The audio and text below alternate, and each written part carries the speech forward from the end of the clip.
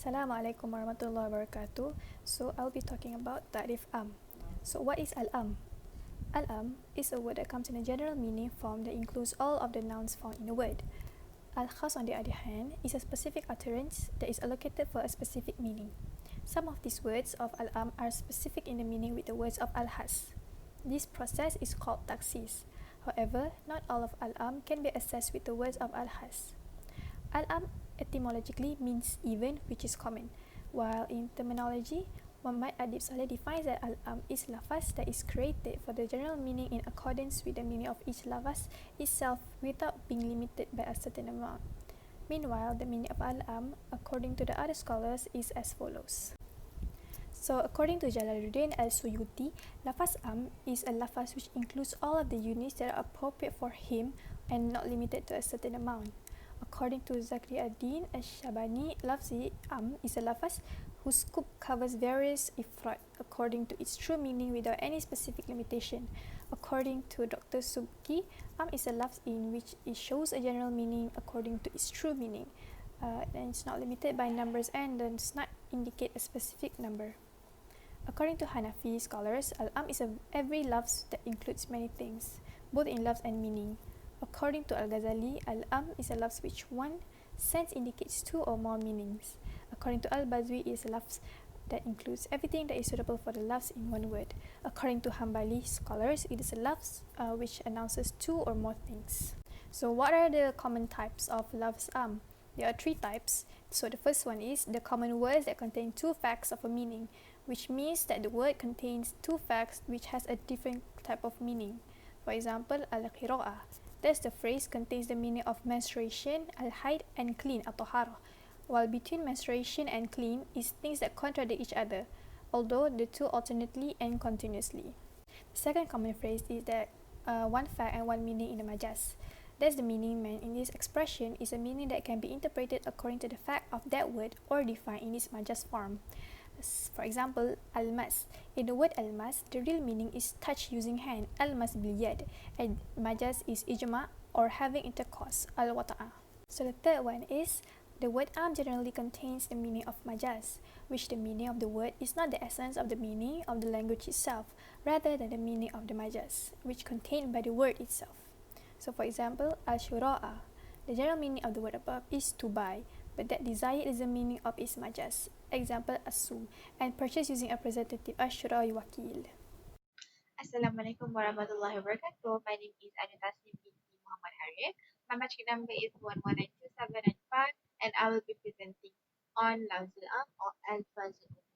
We know that Al-Fazul Umum, there are 8 of them, which is number 1 is Kullu, Jam'un, Kafatun, and Mu'syara, which means whole, all, or every. Number 2, the plural word, which is Jam'u, that have been made ma'rifah, which is by alif lam or by possessive phrase, which is alif lam bil istinrah or bil idafah. Number 3 is the singular word that have been made ma'rifah by alif lam. And number 4 is the singular word that have been made ma'rifah by al idafah. Number 5, conjunctions, which is asma'ul mawsula, which is allazina, allati, allazi, allati, allazani, allatani. Number 6 is question word, which is asma'ul istifham. Hal, wa ma, wa man, wa mata, wa kaifa, wa aina, wa kam. Number 7 is conditional word, which is asma'ul syarti. Man, wa ma, wa aina. Lastly, nakira in the form of nafi or nahi. The next part will be presented by my friends. Thank you. Hi, Assalamualaikum. My name is Farhana Akila binti Alias. My matric number is 1192791. So today I will explain about tahsis am. So according to Abdul Wahab, tahsis is the explanation that what the lawmakers meant about lafaz am was originally part of his afrad. So basically, dalil am has two types, which are mukhassis muttasil and mukhassis munfasil. So for mukhassis muttasil is where the tahsis occurs in one common sentence or it does not stand by itself, but it is mentioned together with the pronunciation of Mukhassis muttasil, there are several types that are first, exclusion, which means istisna, and second is sifat, thirdly is syarat, and fourth is al-ghayah. Okay, for the Mukhasis al-Munfasil, it stands on its own and there are no half of the words completing over lafaz So there are four types of Mukhasis al-Munfasil, which are first, the words that consist of connecting with lafaz secondly, the words that consist of separating from lafaz and third, akal, while the last one is uruf. So that's all from me. Thank you. Bismillahirrahmanirrahim. Assalamualaikum warahmatullahi wabarakatuh. My name is Nur Nazira Fitra binti Muhammad Zariman and my student ID is 197 and 8. Ta'rif Khas. According to the typical language derived from the verb Khasas yahsis on khas, which means to specialize or determine. Whereas according to the terms al-lafzu allazi wada' limakna wahid ala sabili infirad, meaning lafaz which is from language is determined from one meaning independently. The definition of khas according to the figures of usul fiqh is as follows. The first one is Adib Saleh. Define the pronunciations of al-khas which contains a single understanding or a limited number of meanings. Second, Abu Zahra. Defining the recitations of al-khas in Sharat text shows the definition that is typical in Qat'in. Define and the law contained in the contents is definite, as long as there is no indication that shows another understanding. Abu Zahra's opinion was agreed upon the usul fiqh scholars. The third one, Al-Amidi, defining al-khas is a lafaz which is not word sharing with a large number. So the definitions of al-khas, according to the author himself, is a pronunciation that has clear laws contained in the text, both the Quran and the hadith of the Prophet himself. Before there is a proposition that requires another meaning, the law taken from this particular incident, qat'i, not zanni. Assalamualaikum warahmatullahi wabarakatuh. My name is Najah Hanani and I will be explaining on types of lafaz khas. Lafaz khas is divided into four types, which are mutlaq, definite, muqayyad, bound, amar, and nahi. Mutlaq is derived from the word atlaqa, which means to release, and lafaz mutlaq is also defined as the word that indicates and gives instructions for one or several units that are universal and did not bind with other words.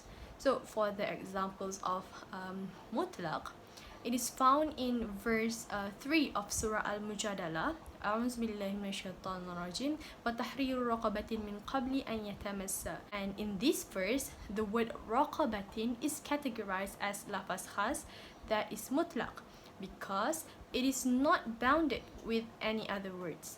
Thus, this word is a sign that it includes all kinds of slaves. Moving on to the next one, which is muqayyad. For muqayyad, it is derived from the word qayyada, which gives the meaning of to bind. Muqayyad is defined as a word that indicates the understanding that has some limits in the structure of words. In a situation where the word of mutlaq is bounded with other words or word, it is said to become a muqayyad. For example, من قتل مؤمنا خطأ فتحرير رقبة مؤمنة. The word raqabatin in the verse is bound with the word mu'minatin. Thus, it is compulsory for someone who had mistakenly killed a believer to release a slave that is a believer as well. For the third types of lafaz khas is al-amr. It is a command or instruction. The meaning of al-amr in terms of terminology is the demand to do something from a person whose position is higher than that of a lower person.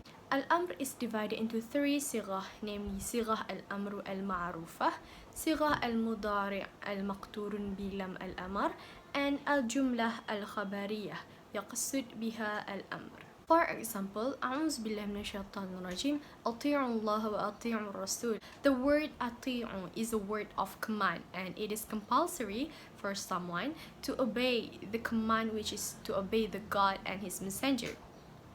And for the last point of types of lafaz khas, which is an-nahi, it explains on the position of al-amru that comes after an-nahi. An-nahi can be defined as forbidding, and in this case, even if al-amru is an obligatory, the law can be changed to other. For example, أعوذ بالله من الشيطان الرجيم وإذا حللتم فاصطادوا. Based on Tafsir Ibn Kathir, This verse shows that when someone ends the ihram, he or she is allowed to do the hunt game that previously was prohibited during ihram.